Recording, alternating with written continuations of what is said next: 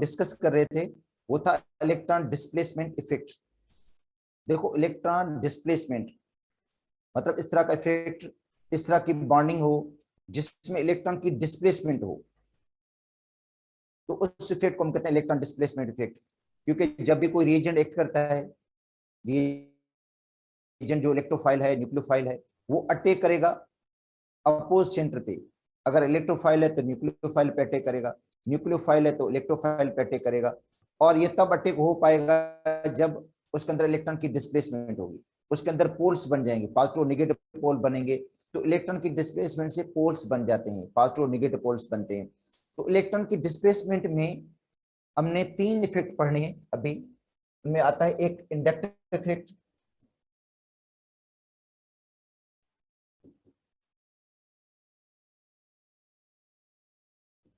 अच्छा दूसरा आता है मेसोमेरिक इफेक्ट, या जिसको रेजोनेंस इफेक्ट भी कहा जाता है।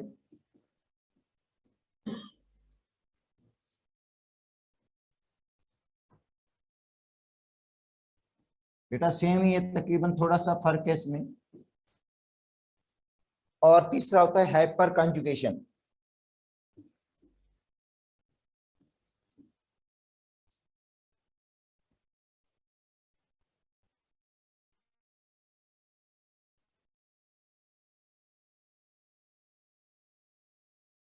अच्छा तीसरा होता है हाइपर कंजुगेशन।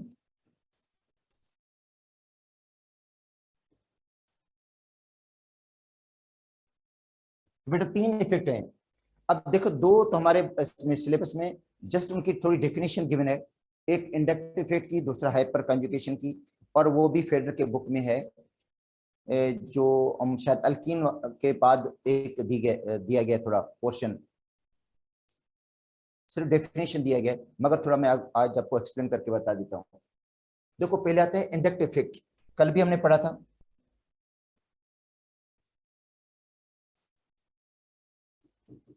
इंडक्टिव इफेक्ट, इस इफेक्ट को ट्रांसमिशन इफेक्ट भी कहा जाता है। बेटा इस इफेक्ट को ट्रांसमिशन इफेक्ट भी कहते हैं, क्योंकि ये पूरी चेन के अंदर ट्रांसफर होता है। बेटा ये जो इफेक्ट है पूरी चेन के अंदर ट्रांसफर होता है, इसलिए इसको ट्रांसमिशन इफेक्ट भी कहते हैं। हाँ तो इंडक्टिव इफेक्ट है क्या? डिस्प्लेसमेंट।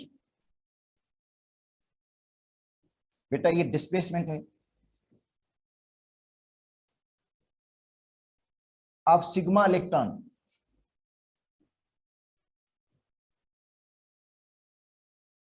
देखो बेटा डिस्प्लेसमेंट है किसकी? सिग्मा इलेक्ट्रॉन्स की है। Displacement of sigma electrons due to difference of electronegativity.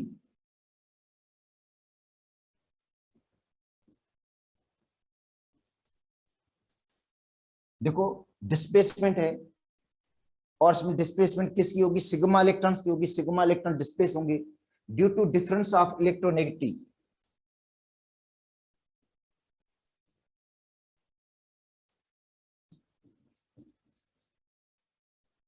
Electronic के डिफरेंस की वजह से इन सेचुरेटेड कंपाउंड्स, ज्यादातर ये सेचुरेटेड कंपाउंड्स में होता है, इसलिए मैंने लिख दिया सेचुरेटेड कंपाउंड्स।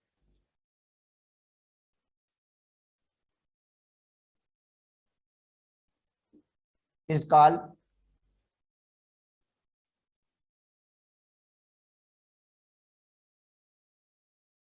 Inductive effect.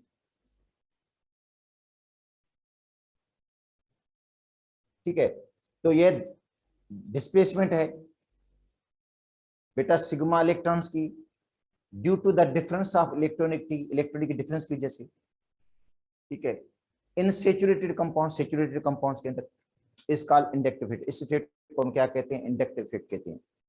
ठीक है, अब देखिए दो किस्म के ग्रुप होते हैं जो कार्बन के ऊपर लगते हैं। एक होते हैं इलेक्ट्रॉन विथड्रॉइंग ग्रुप, बेटा इलेक्ट्रॉन विथड्रॉइंग ग्रुप, और दूसरा होता है इलेक्ट्रॉन रिलीजिंग ग्रुप। अब देखो एक्स जो है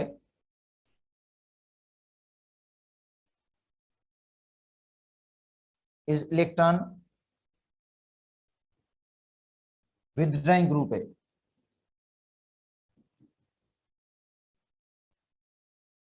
बेटा इलेक्ट्रॉन विथड्रॉइंग ग्रुप का मतलब है इलेक्ट्रॉन को खींचने वाला ग्रुप। जो एक्स होगा वो इलेक्ट्रॉन को अपनी तरफ खींचेगा, ठीक है, इसको हम कहेंगे इलेक्ट्रॉन विथड्राइंग ग्रुप। तो ये एक्स क्या है, इलेक्ट्रॉन विथड्राइंग ग्रुप है, जो इलेक्ट्रॉन को विथड्रा करता है, कार्बन से इलेक्ट्रॉन लेता है। और जो वाई है इज इलेक्ट्रॉन रिलीजिंग ग्रुप।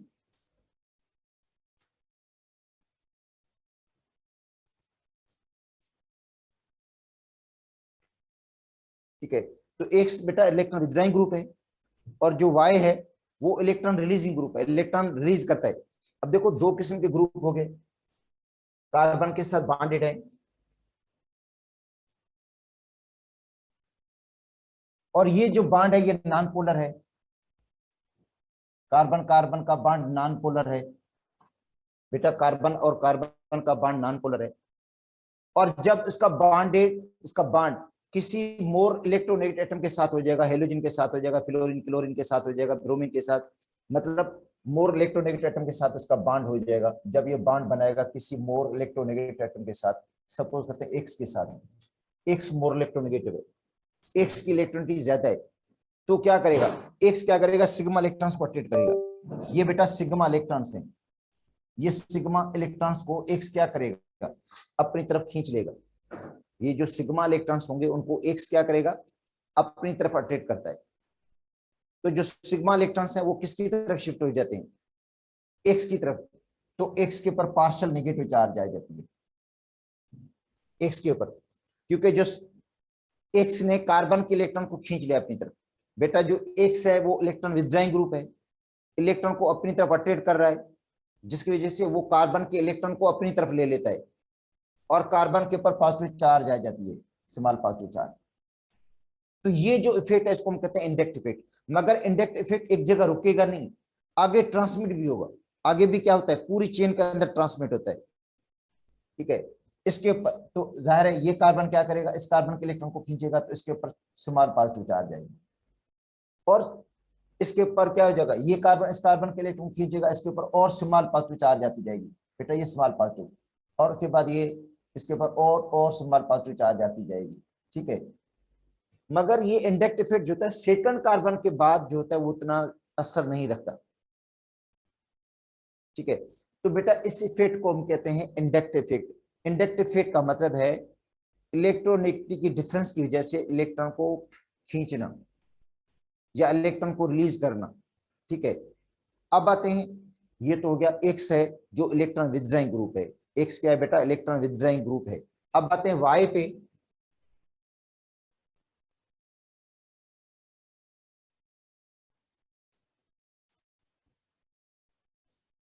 अच्छा, तो वाई क्या है, इलेक्ट्रॉन रिलीजिंग ग्रुप है, जो वाई है वो इलेक्ट्रॉन रिलीजिंग ग्रुप है। मतलब वाई क्या करेगा, इलेक्ट्रॉन रिलीज करेगा, कार्बन को इलेक्ट्रॉन देगा, और वाई की जो इलेक्ट्रोनेगेटिविटी है वो कम है।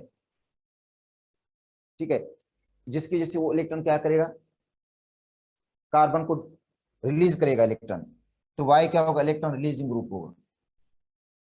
देखिए वाई जो इलेक्ट्रॉन रिलीज कर रहा है, लाइन अच्छे।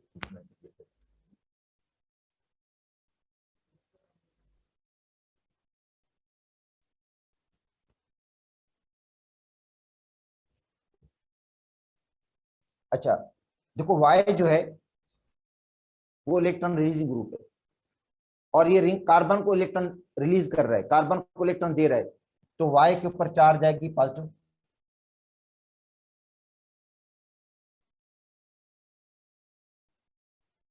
वाई पर पॉजिटिव चार्ज आएगी, और इस कार्बन पर पार्शियल नेगेटिव चार्ज आएगी।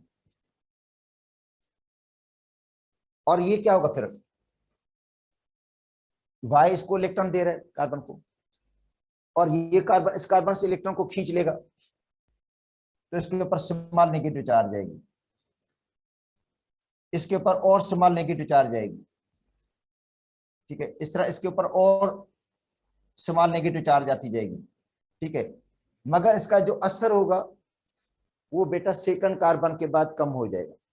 तो अब देखो दो तरह के ग्रुप हो गए, एक इलेक्ट्रॉन रिलीजिंग ग्रुप है, ये इलेक्ट्रॉन बेटा वाई इलेक्ट्रॉन रिलीजिंग है, और X जो है वो इलेक्ट्रॉन विथड्रॉइंग ग्रुप है।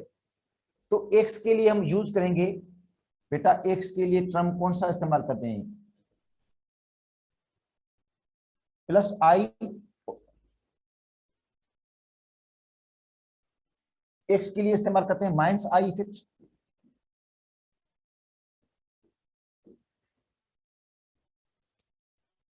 बेटा X के लिए हम इस्तेमाल करते हैं माइनस आई इफेक्ट, ठीक है, इलेक्ट्रॉन को खींचना। और Y के लिए हम इस्तेमाल करेंगे plus I effect, electron release करना। बेटा ये इलेक्ट्रॉन रिलीजिंग ग्रुप है,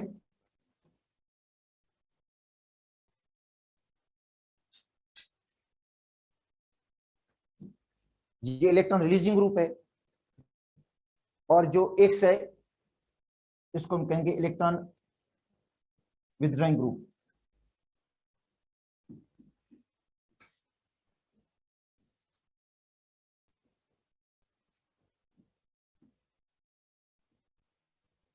इलेक्ट्रॉन को खींचने वाला। अच्छा, अब इनका पावर है बेटा माइनस आई पावर है, देखो। तो माइनस आई इफेक्ट जो है, माइनस आई इफेक्ट,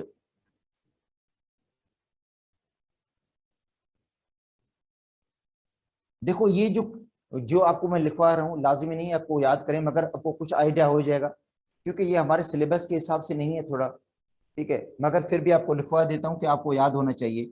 NH3 जो पॉजिटिव है, सबसे ज्यादा इसका आई इफेक्ट होता है NH3 पॉजिटिव का।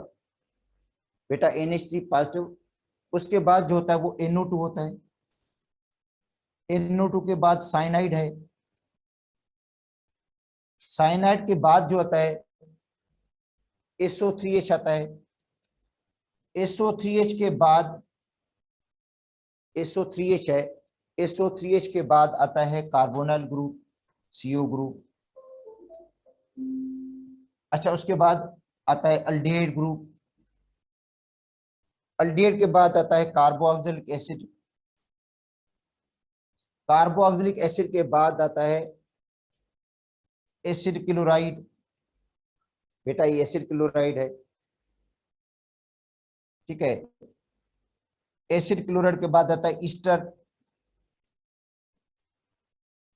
ईस्टर के बाद आता है एसिड अमाइड,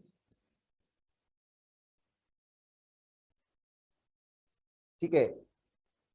एसिड अमाइड के बाद आता है फ्लोरो, क्लोरो, ब्रोमो, ठीक है, आयोडो। उसके बाद OH, उसके बाद NH2, उसके बाद फिनाइल, उसके बाद आएगा हाइड्रोजन। तो बेटा ये माइनस आई इफेक्ट है। माइनस आई इफेक्ट का मतलब है इलेक्ट्रॉन को विथड्रॉ करना, इलेक्ट्रॉन को खींचना अपनी तरफ। ये सबसे ज्यादा पावर इसका है NH3 का, पॉजिटिव का, उसके बाद NO2 का, उसके बाद साइनाइड का, उसके बाद SO3H का है। इलेक्ट्रॉन को विथड्रॉ करने का पावर, इलेक्ट्रॉन को खींचने का पावर, माइनस आई इफेक्ट जिसको कहते हैं। अच्छा, अब आते हैं plus I effect, electron release करने का इफेक्ट। बेटा जो प्लस आई इफेक्ट है वो इलेक्ट्रॉन को रिलीज करता है, ठीक है। ये माइनस आई इफेक्ट है, इलेक्ट्रॉन को विथड्रॉ करेगा, इलेक्ट्रॉन को अपनी तरफ खींचेगा और कार्बन को क्या कर देगा, वो पॉजिटिव।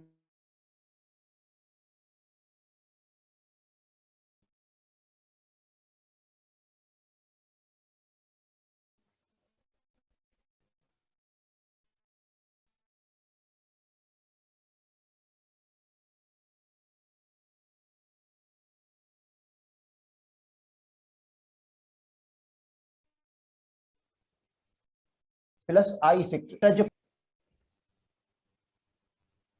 टर्शरी के अंदर ज्यादा होता है, टर्शरी कार्बन,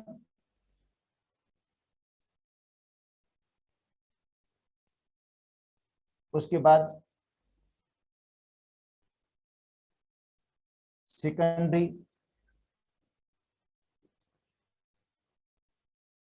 उसके बाद प्राइमरी,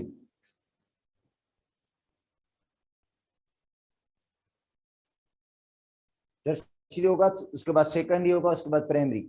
अच्छा, उसके बाद देखो दूसरा जो है, जितने कार्बन की तादाद ज्यादा होगी बेटा, जितनी कार्बन की तादाद ज्यादा होगी उतना उसमें आई इफेक्ट ज्यादा होगा अल्काइल ग्रुप के अंदर। जो अल्काइल ग्रुप है,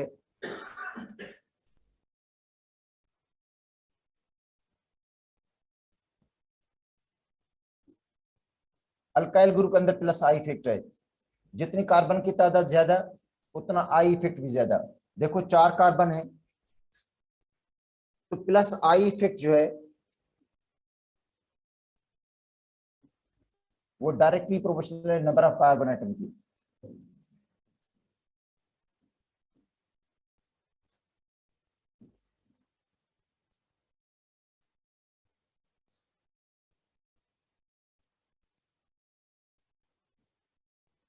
जितने ज्यादा कार्बन होंगे उतना प्लस आई इफेक्ट ज्यादा होगा। ये इलेक्ट्रॉन रिलीजिंग ग्रुप है बेटा, जो आई इफेक्ट प्लस आई ये इलेक्ट्रॉन रिलीजिंग ग्रुप है।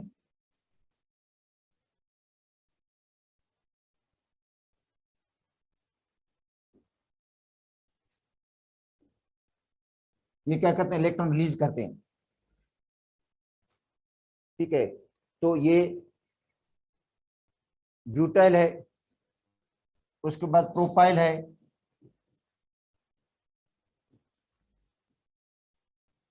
प्रोपाइल के बाद इथाइल होगा,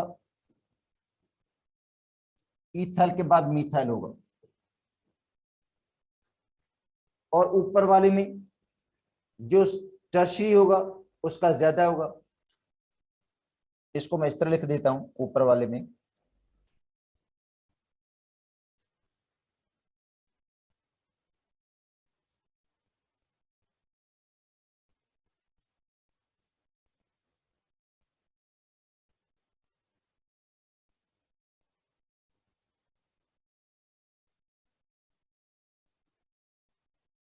बेटा ये टर्शरी है,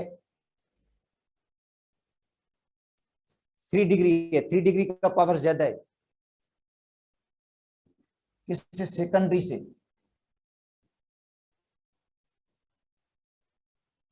सेकेंडरी का पावर ज्यादा है किससे, प्राइमरी से। तो ये 3 डिग्री, ये 2 डिग्री, ये 1 डिग्री। तो 3 डिग्री का जो पावर है, इलेक्ट्रॉन रिलीज करने का पावर है वो ज्यादा है बेटा, इलेक्ट्रॉन रिलीज करने का पावर ज्यादा है 2 डिग्री से। 2 डिग्री का ज्यादा है किससे, 1 डिग्री से। हाँ, अब आते हैं इसकी एप्लीकेशंस क्या है इंडक्टिव इफेक्ट की। बेटा इंडक्टिव इफेक्ट की बहुत ज्यादा एप्लीकेशंस हैं। जैसे अल्काइल हैलाइड की जो रिएक्टिविटी है, अल्काइल हैलाइड उसकी रिएक्टिविटी पे भी असर पड़ता है इसका। इसलिए अल्काइल हैलाइड जो टर्शरी होते हैं सबसे ज्यादा रिएक्टिव है। जो टर्शरी अल्काइल हैलाइड होते हैं वो सबसे ज्यादा रिएक्टिव होते हैं। Tertiary then secondary then primary. देखो बेटा टर्शरी अल्काइल हैलाइड ज्यादा रिएक्टिव है सेकेंडरी से, सेकेंडरी ज्यादा रिएक्टिव है प्राइमरी से। अच्छा, दूसरा acidity of the carboxylic acid. जो कार्बोक्सिलिक एसिड्स हैं उनकी एसिडिटी पर इनका असर पड़ता है। इलेक्ट्रॉन विथड्राइंग ग्रुप और इलेक्ट्रॉन रिलीजिंग ग्रुप। देखो एप्लीकेशंस में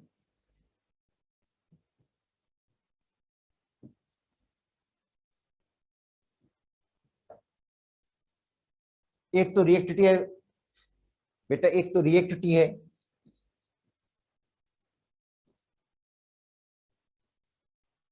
of alkyl halide, alkyl halide की रिएक्टिविटी।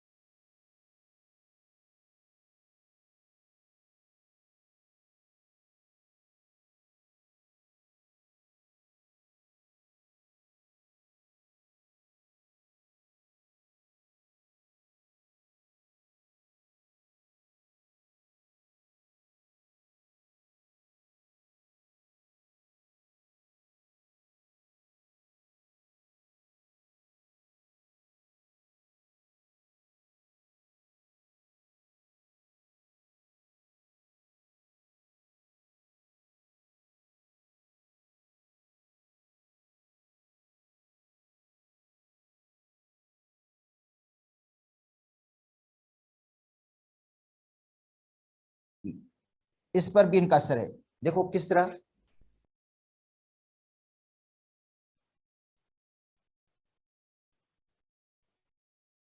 जो इलेक्ट्रॉन विथड्राइंग ग्रुप हैं, इलेक्ट्रॉन विथड्राइंग ग्रुप एसिडिटी को इंक्रीज करते हैं कार्बोक्सिलिक एसिड की। जो इलेक्ट्रॉन विथड्राइंग ग्रुप हैं वो एसिडिटी को इंक्रीज करते हैं, और जो इलेक्ट्रॉन रिलीजिंग ग्रुप हैं वो एसिडिटी को कम कर देते हैं। देखो electron withdrawing group,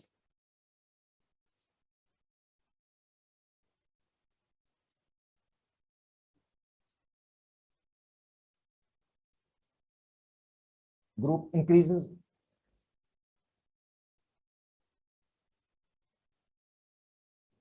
acidity of carboxylic acid.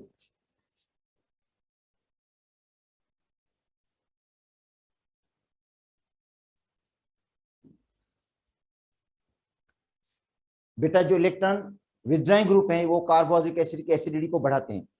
जो इलेक्ट्रॉन विथड्राइंग ग्रुप हैं वो कार्बोक्सिलिक एसिड की एसिडिटी को बढ़ाते हैं। देखो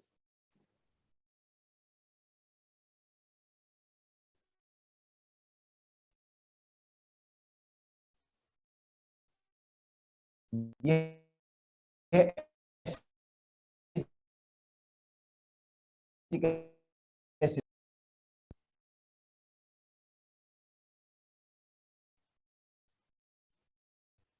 देखो बेटा एसिटिक एसिड को जब हम आयोनाइज करते हैं तो बनता है एसिटेट आयन और हाइड्रोजन आयन। तो एसिड की स्ट्रेंथ ज्यादा तब होती है जब उसका जो एनाइन हो,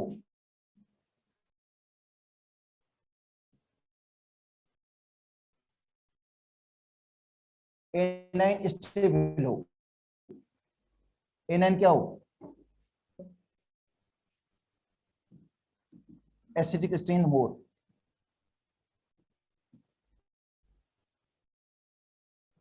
ज्यादा होगी, क्यों? एनाइन अगर स्टेबल होगा तो वापस इस पर अटैक नहीं करेगा। बेटा अगर एनाइन स्टेबल है, देखो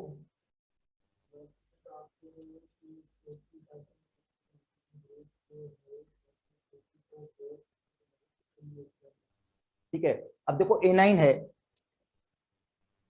बेटा, जो एसिटेट आयन है एनाइन है, ठीक है, ये जितना स्टेबल होगा, जितना एनाइन स्टेबल होगा उतनी एसिडिक स्ट्रेंथ बढ़ेगी। और एनाइन तब स्टेबल बनता है जब इसके ऊपर जो नेगेटिव चार्ज होती है वो डिस्पर्स हो जाए। बेटा जो एनाइन है उस पर जो नेगेटिव चार्ज है, जितनी वो डिस्पर्स होगी नेगेटिव चार्ज, जितनी नेगेटिव चार्ज कम होगी उतना एनाइन स्टेबल होगा। और केटाइन में भी ऐसे ही होता है। केटाइन में जो पॉजिटिव चार्ज है, जितनी पॉजिटिव चार्ज कम होगी उतना केटाइन स्टेबल होता है। ठीक है, तो अब देखो एनाइन एसिटेट आयन, ये जितना स्टेबल होगा उतनी एसिडिक स्ट्रेंथ उसकी बढ़ जाएगी एसिड की, क्योंकि वापस अटैक नहीं करेगा। अब हम क्या करते हैं, इसके अंदर सब्स्टिट्यूशन करते हैं। बेटा यहाँ पे हाइड्रोजन की जगह पे क्लोरीन की सब्स्टिट्यूशन कर देते हैं। देखो क्लोरीन लगा दिया, हाइड्रोजन को रिप्लेस करके क्लोरीन लगा दिया और ये बन गया क्लोरो एसिडिक एसिड। और क्लोरीन क्या है, इलेक्ट्रॉन विथड्राइंग ग्रुप है। बेटा यहाँ पे क्या किया, हाइड्रोजन की जगह पे, हाइड्रोजन की जगह पे हमने क्या कर दिया, क्लोरीन के सब्स्टिट्यूशन कर दिए। हाइड्रोजन को रिप्लेस करके वहां पे क्लोरीन लगा दिया, इलेक्ट्रॉन विथड्राइंग ग्रुप लगा दिया। अच्छा अब इसको हम आयोनाइज करते हैं। अब इसको हम क्या करते हैं, आयोनाइज करते हैं, प्लस हाइड्रोजन आयन। अब क्या करेगा, क्लोरीन इलेक्ट्रॉन को विथड्रा करेगा। क्लोरीन क्या करेगा, इलेक्ट्रॉन को अपनी तरफ अट्रैक्ट करेगा। बेटा क्लोरीन जो है उसका इलेक्ट्रॉन विथड्राइंग पावर ज्यादा है। अच्छा इलेक्ट्रॉन को अट्रैक्ट करने से जो उसके ऊपर नेगेटिव चार्ज है, जो उसके ऊपर नेगेटिव चार्ज है वो डिस्पर्स हो जाएगी। नेगेटिव चार्ज इसकी तरफ अट्रैक्ट हो जाएगी, मतलब नेगेटिव जो चार्ज होगी वो इसकी तरफ अट्रैक्ट हो जाएगी, किसकी तरफ, क्लोरीन की तरफ। और नेगेटिव चार्ज थोड़ी डिस्पर्स हो जाएगी, और नेगेटिव चार्ज डिस्पर्स होने से ये जो एनाइन बनेगा स्टेबल बनेगा, और एनाइन की स्टेबिलिटी से इसकी एसिडिक स्ट्रेंथ बढ़ जाएगी। तो इसका मतलब है जो क्लोरो एसिडिक एसिड है वो एसिडिक एसिड से स्ट्रॉन्गर एसिड है। ये जो क्लोरो एसिडिक एसिड है ये इससे ज्यादा स्ट्रॉन्गर है। क्यों? इलेक्ट्रॉन विथड्राइंग की वजह से। वो क्या करता है, इलेक्ट्रॉन को विथड्रा करता है, इलेक्ट्रॉन को अपनी तरफ अट्रैक्ट करता है। ये जो नेगेटिव चार्ज है इसके ऊपर, जो एसिड के ऊपर नेगेटिव चार्ज है वो डिस्पर्स हो जाएगी, ठीक है। और जिस ज्यादा, तो एसिडिक स्ट्रेंथ सी बढ़ेगी। अच्छा, क्लोरीन की जगह पे हम क्या करते हैं, फ्लोरो एसिडिक एसिड लगाते हैं, फ्लोरो एसिडिक एसिड बनाते हैं, फ्लोरीन की सब्स्टिट्यूशन करते हैं बेटा, फ्लोरीन। और फ्लोरीन का पावर क्लोरीन से ज्यादा है,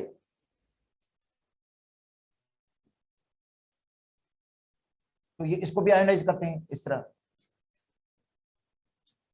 अब क्या होगा, तो फ्लोरीन का पावर ज्यादा है, फ्लोरीन का इलेक्ट्रॉन विथड्राइंग पावर ज्यादा है, वो क्या करेगा, नेगेटिव चार्ज को और ज्यादा खींच लेगा, इलेक्ट्रॉन को खींचेगा। जो फ्लोरीन होगा वहां से इलेक्ट्रॉन को खींचेगा ये, मतलब एफ जो होगा वो एसिटेट आयन के इलेक्ट्रॉन्स को अपनी तरफ अट्रैक्ट करेगा। जो ये आयन है उसके इलेक्ट्रॉन्स को क्या करेगा, अपनी तरफ अट्रैक्ट करेगा। तो जो नेगेटिव चार्ज होगी समझे वो क्या हो जाएगी, डिस्पर्स हो जाएगी इस तरह, ठीक है। ज्यादा ये नेगेटिव चार्ज को और ज्यादा डिस्पर्स करता है, नेगेटिव चार्ज को और ज्यादा अपनी तरफ अट्रैक्ट कर लेता है। तो इसका जो पावर होगा वो क्लोरो एसिडिक एसिड से ज्यादा होगा। मतलब जो फ्लोरो एसिडिक एसिड है उसका जो पावर है वो क्लोरो एसिडिक एसिड से ज्यादा है। इसका मतलब है फ्लोरो एसिडिक एसिड स्ट्रॉन्गर एसिड बन जाएगा क्लोरो एसिडिक एसिड से। अब आते हैं नाइट्रो ग्रुप लगा देते हैं, नाइट्रो एसिडिक एसिड। अब देखो नाइट्रो का पावर और ज्यादा है इलेक्ट्रॉन को विथड्रा करने का, इलेक्ट्रॉन को अपनी तरफ खींचने का। अब जो नाइट्रो एसिडिक एसिड है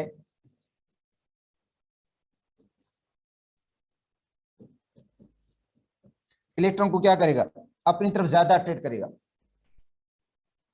इलेक्ट्रॉन को ज्यादा खींच लेगा, फ्लोरो से भी ज्यादा खींचेगा, और जिसकी वजह से ये नेगेटिव चार्ज और डिस्पर्स हो जाएगी। तो एसिडिक स्ट्रेंथ क्या बनेगी, एसिडिक स्ट्रेंथ ये बन जाएगी, एसिडिक जो स्ट्रेंथ बनेगी इनकी वो इस तरह बनेगी। नाइट्रो एसिडिक एसिड जो है वो स्ट्रॉन्गर एसिड है, किससे, फ्लोरो एसिडिक एसिड से। और फ्लोरो एसिडिक एसिड स्ट्रॉन्गर एसिड है किससे, क्लोरो एसिडिक एसिड से। और क्लोरो एसिडिक एसिड स्ट्रॉन्गर है एसिडिक एसिड से। अच्छा, अब अगर दो क्लोरीन लगा देते हैं, अगर क्लोरीन दो लगा देते हैं कि दो क्लोरीन की सब्स्टिट्यूशन कर देते हैं, तो दो क्लोरीन का पावर क्या होगा, नाइट्रो एसिडिक एसिड से बढ़ जाएगा। अगर दो क्लोरीन लगा देते हैं बन जाता है CH, और इधर Cl2 कर देते हैं COOH, तो इसकी जो एसिडिक स्ट्रेंथ होगी इससे भी ज्यादा हो जाएगी। बेटा दो क्लोरीन है, वो दो क्लोरीन क्या करेंगे, इलेक्ट्रॉन को ज्यादा अट्रैक्ट, यहाँ पे एक क्लोरीन था, अब क्लोरीन कितने हो गए, दो हो गए, तो उसका जो पावर होगा वो क्या हो जाएगा, नाइट्रो एसिडिक एसिड से बढ़ जाएगा पावर। अगर तीन लगा देंगे, Cl3 COOH, तो इसका पावर और ज्यादा हो जाएगा, क्योंकि तीन क्लोरीन है, तो तीन क्लोरीन क्या करेंगे, और भी ज्यादा अट्रैक्ट करेंगे, इलेक्ट्रॉन्स को अपनी तरफ खींच लेंगे। ये जो इलेक्ट्रॉन्स हैं इनको अपनी तरफ खींचेंगे, नेगेटिव चार्ज को अपनी तरफ खींच लेंगे, तो नेगेटिव चार्ज क्या होगी, डिस्पर्स हो जाएगी। और इसका जो ग्रिप होगा हाइड्रोजन पे नहीं रहेगा, हाइड्रोजन आयन पे, हाइड्रोजन आयन पे वापस अटैक नहीं करेगी। तो जितना A9 स्टेबल होगा, जितना A9 स्टेबल है एसिडिक स्ट्रेंथ ज्यादा होगी, जितना A9 ज्यादा स्टेबल होगा उतनी एसिडिक स्ट्रेंथ बढ़ेगी, ठीक है। तो अब देखो ये इलेक्ट्रॉन विथड्राइंग ग्रुप जो है वो इलेक्ट्रॉन को अपनी तरफ खींचते हैं, नेगेटिव चार्ज को अपनी तरफ खींच लेते हैं, ये नेगेटिव इलेक्ट्रॉन्स को अपनी तरफ खींचेंगे, और जिसकी वजह से नेगेटिव चार्ज क्या हो जाती है, डिस्पर्स हो जाती है, क्या हो जाती है, इस तरफ चली जाती है, इस तरफ डिस्पर्स हो जाती है। और उसकी ग्रिप जो होती है वो हाइड्रोजन पे इतनी मजबूत नहीं रहती, वो हाइड्रोजन पे वापस अटैक नहीं कर पाती, और जिसकी वजह से एसिडिक जो स्ट्रेंथ है वो बढ़ेगी। अब आते हैं जो इलेक्ट्रॉन रिलीजिंग ग्रुप है, वो बेटा इलेक्ट्रॉन रिलीजिंग ग्रुप ये एसिडिक स्ट्रेंथ को कम कर देते हैं। देखो इलेक्ट्रॉन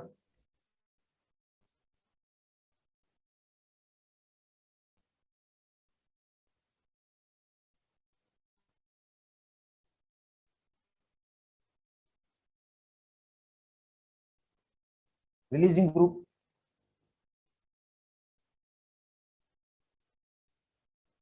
decreases acidic strength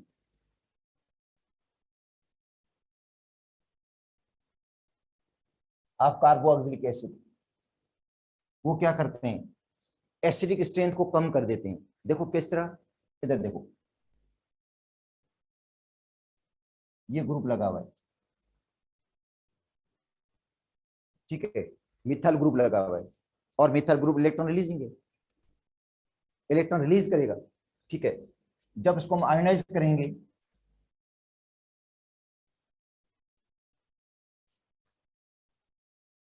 इस तरह, तो ये क्या करेगा, इलेक्ट्रॉन रिलीज करेगा, इस तरह, ये रिलीज करा इलेक्ट्रॉन, बेटा इलेक्ट्रॉन रिलीज कर रहा है। ये मिथाइल ग्रुप क्या करेगा, इलेक्ट्रॉन रिलीज करेगा, किसकी तरफ, सी डब्ल्यू ग्रुप की तरफ, जो सी डबल ओ ग्रुप है उसकी तरफ। तो सी डब्ल्यू के ऊपर जो नेगेटिव चार्ज है, जो सी डब्ल्यू के ऊपर नेगेटिव चार्ज है, उसकी इंटेंसिटी बढ़ जाएगी। जो सी डब्ल्यू के ऊपर नेगेटिव चार्ज है, उसकी इंटेंसिटी बढ़ेगी, और इंटेंसिटी बढ़ेगी तो वापस किस पर अटैक करेगी, हाइड्रोजन पे, और रिएक्शन बैकवर्ड चला जाएगा, और एसिडिक स्ट्रेंथ कम हो जाएगी। देखो ये जो अल्काइल ग्रुप है, ये अल्काइल ग्रुप बेटा इलेक्ट्रॉन रिलीजिंग ग्रुप है। Alkyl group, methyl group, ethyl group, propyl group, tertiary butyl, ये सब इलेक्ट्रॉन रिलीजिंग ग्रुप है। ये इलेक्ट्रॉन को रिलीज करते हैं, और इलेक्ट्रॉन को रिलीज करने से क्या होगा, जब ये इलेक्ट्रॉन रिलीज करेंगे तो जो कार्बो सी डब्ल्यू आयन है, C W O negative charge, उसके ऊपर जो नेगेटिव चार्ज है वो ज्यादा इंटेंसिफाई हो जाएगी, उसकी इंटेंसिटी को बढ़ाएंगे, नेगेटिव चार्ज की इंटेंसिटी को और बढ़ाएंगे, और जब नेगेटिव चार्ज की इंटेंसिटी बढ़ेगी तो एनाइन बन जाएगा अनस्टेबल। एनाइन क्या बनेगा, अनस्टेबल बनेगा, और एनाइन अनस्टेबल बनेगा तो एसिडिक स्ट्रेंथ क्या हो जाएगी, कम हो जाएगी। बेटा जितना एनाइन अनस्टेबल होगा उतना वापस अटैक कर लेगा उस पर, ठीक है। अगर एनाइन के ऊपर नेगेटिव चार्ज बढ़ेगी, अगर एनाइन के ऊपर नेगेटिव चार्ज बढ़ेगी, याद कर लो, एनाइन के ऊपर अगर नेगेटिव चार्ज बढ़ेगी तो एनाइन बनेगा अनस्टेबल, और अनस्टेबल बनेगा तो एसिडिक स्ट्रेंथ होगी वो कम हो जाएगी, क्योंकि वापस हाइड्रोजन पे अटैक कर लेगा और वापस अनडिसोसिएट एसिडिक एसिड बना लेगा ये, ठीक है।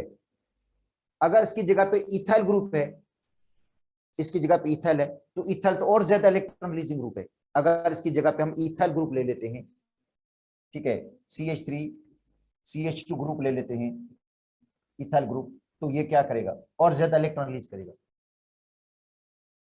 और ज्यादा इलेक्ट्रॉन रिलीज करेगा ये इथाइल ग्रुप। देखो ये इथाइल ग्रुप लगा हुआ है, पहले मिथाइल ग्रुप लगा था, अभी इथाइल ग्रुप लगा हुआ है, तो ये क्या करेगा, ज्यादा इलेक्ट्रॉन रिलीज करेगा कार्बोक्सिलेट आयन इसकी सी डब्ल्यू ग्रुप की तरफ, ठीक है।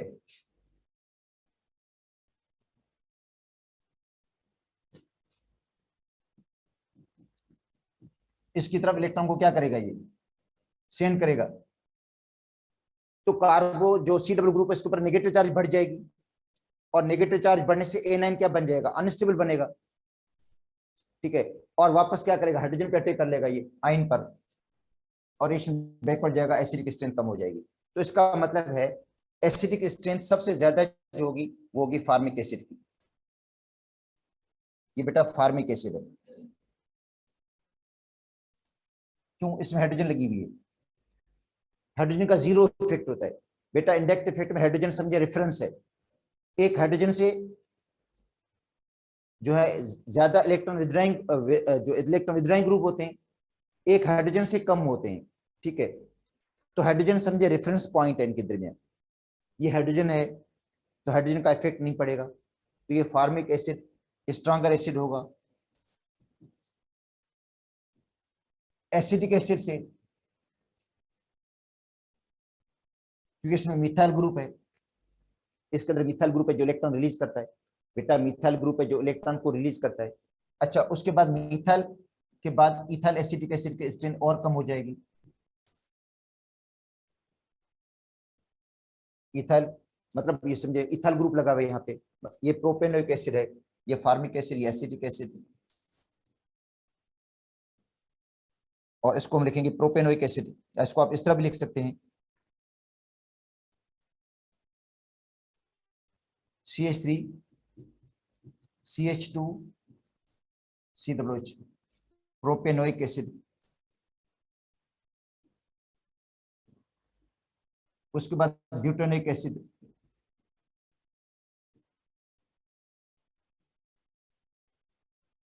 ब्यूटेनिक एसिड का एसिडिक स्ट्रेंथ और कम हो जाएगा। हाँ, अब देखो एक और है जिसमें आपको मैंने बताया था टर्शरी का बता रहा था। ये देखो, इसको देख लो, ये एसिडिक स्ट्रेंथ को कम कर देगा। बेटा टर्शरी है।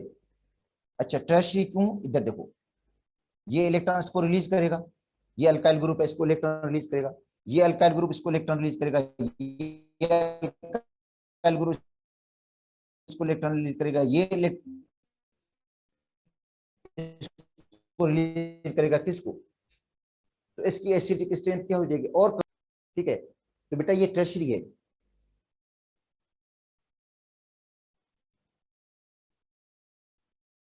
तो जैसे कार्बन की तादाद बेटा बढ़ती है तो इलेक्ट्रॉन जो रिलीजिंग पावर है, देखो ये इसको इलेक्ट्रॉन रिलीज करेगा, ये भी इसको रिलीज करेगा, ये भी इसको, और ये रिलीज करेगा किसको? इलेक्ट्रॉन इसको। तो एसिडिक स्ट्रेंथ कम हो जाएगी। देखो ये अल्काइल ग्रुप है जो इसको इलेक्ट्रॉन रिलीज कर रहा है, ये भी अल्काइल ग्रुप है इसको इलेक्ट्रॉन रिलीज कर रहा है, ये भी अल्काइल ग्रुप इसको रिलीज करेगा, और ये कार्बन किसको रिलीज करेगा आगे? इलेक्ट्रॉन कार्बोक्सिलिक एसिड को, CH ग्रुप को इलेक्ट्रॉन रिलीज करेगा। तो CH के ऊपर जो नेगेटिव चार्ज होगी वो क्या हो जाएगी? ज्यादा इंटेंसिटी वाली हो जाएगी। ज्यादा इंटेंसिटी वाली होगी तो एसिडिक स्ट्रेंथ क्या हो जाएगी? कम हो जाएगी। इसका मतलब है इसके बाद ये आएगा।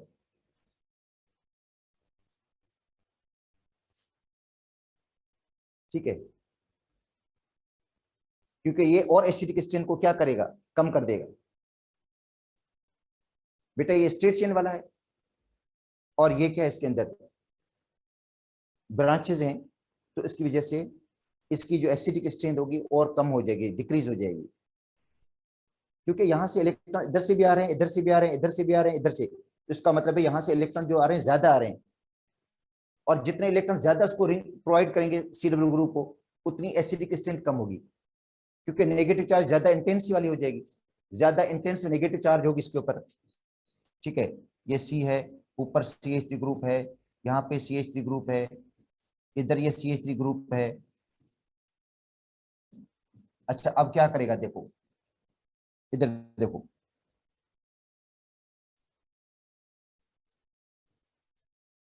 ये इलेक्ट्रॉन इसको भेजेगा, ये इलेक्ट्रॉन इसको सेंड करेगा, इसको इलेक्ट्रॉन, और ये कार्बन क्या करेगा? आगे इलेक्ट्रॉन इसको सेंड कर देगा सब, और जिसकी वजह से इसके ऊपर जो नेगेटिव चार्ज होगी ज्यादा इंटेंसिफाई हो जाएगी, और जो एसिडिक स्ट्रेंथ होगी वो डिक्रीज हो जाएगी। तो देखो इंडक्टिव इफेक्ट जो है बेटा, यही इंडक्टिव इफेक्ट है। इंडक्टिव इफेक्ट का मतलब है इलेक्ट्रॉन को खींचना या इलेक्ट्रॉन को रिलीज करना due to difference of the electronegativity, उसको हम कहते हैं इंडक्टिव इफेक्ट। और ये ऑपरेट होता है सेचुरेटेड कंपाउंड्स के अंदर। देखो सारे सेचुरेटेड कंपाउंड्स मैंने लिखे हैं ये, जिनमें सिंगल बॉन्ड्स होते हैं, और ये सिग्मा इलेक्ट्रॉन्स को खींचता है। अब देखो ये सिग्मा इलेक्ट्रॉन्स, ये इलेक्ट्रॉन सिग्मा बॉन्ड है, ये भी सिग्मा बॉन्ड है, ये भी सिग्मा बॉन्ड, ये भी सिग्मा बॉन्ड। तो ये सिग्मा इलेक्ट्रॉन्स को जो है कि डिस्प्लेसमेंट है, सिग्मा इलेक्ट्रॉन की ये डिस्प्लेसमेंट है। ठीक है, क्योंकि ऊपर जो टॉपिक था हमारा इलेक्ट्रॉन डिस्प्लेसमेंट का था, तो इसके अंदर देखो सिग्मा इलेक्ट्रॉन्स की डिस्प्लेसमेंट है due to difference of the electronegativity, electron की डिफरेंस की वजह से। अच्छा उसको हम क्या कहते हैं? इंडक्टिव इफेक्ट कहते हैं। अब उनमें एक इलेक्ट्रॉन रिलीजिंग ग्रुप है, एक इलेक्ट्रॉन रिलीजिंग ग्रुप है, एक इलेक्ट्रॉन विथड्रॉइंग ग्रुप है, एक इलेक्ट्रॉन को अपनी तरफ खींचने वाले ग्रुप है, और दूसरा इलेक्ट्रॉन को रिलीज करने वाले ग्रुप होते हैं।